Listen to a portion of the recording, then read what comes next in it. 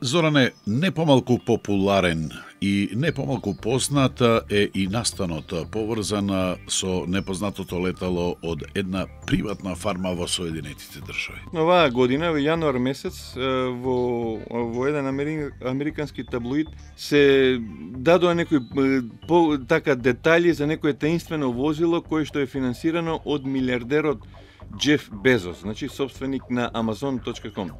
Фирмата која што го изработува ова летало е Blue Origin и она го развива едно такво летало наречено New Shepard, возило на ракетен погон кое полетува и кое може да полетува, нели, и да слетува вертикално. Ова возило е дизајнирано да може да превезува повеќе астронаути, значи со некои конкретни цели. И тестовите за ова летало се спроведуваат на, како што реков, на приватниот имот на Джеф Безос во државата Тексас. Сега, според изјави на луѓето таму, нели, кои што работат, ова летало најверојатно треба да биде завршено во 2011 година, значи оно е веќе во фаза на испитување, значи се испитуваат сите работи кои што треба да бидат за еден безбеден лет на вакво летало, а веќе 2012 година, значи ќе може да се обавуваат и првите летови со ова летало. Сега, фирмата објаснува дека ова летало New Shepard, нели наречено, ќе состои од два модула, значи она капсула под притисок кој што ќе биде за екипажот и кој што ќе ги носи астронаутите и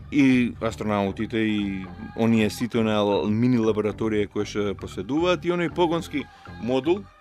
значи онаму кај што ќе бидат сместени моторите, резерварите и горивото и слично. Сега леталото ќе се лансира од собствен космодром, кој што ќе биде оперативен некаде во западен Тексас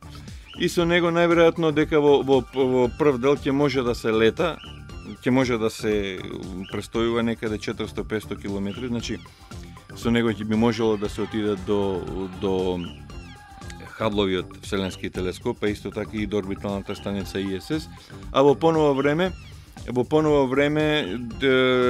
ќе се разработува, значи за 10 години ќе се разработува и летало со кое што ќе може да се лета до месечината. Она што е тука интересно кога цело летало е тоа што во него се проектира една посебна капсула со која што ќе може, значи во случај на некоја несакана последица, односно до некој дефект, капсула со која што капсулата ќе биде посебно одвоена од самиот, еве да го наречеме тој работен модул и оној погонски модул, и со помош на посебни падобрани, направени од некаков си кевлар, значи со кој што ќе можат космонаутите да се спуштат овдека на земјата. Сега останува да видиме што ќе се случи со ова летало, значи за едно година-две би требало веќе да се појават и првите снимки од него и да видиме до каде се стварно можностите на тоа летало. Ехо,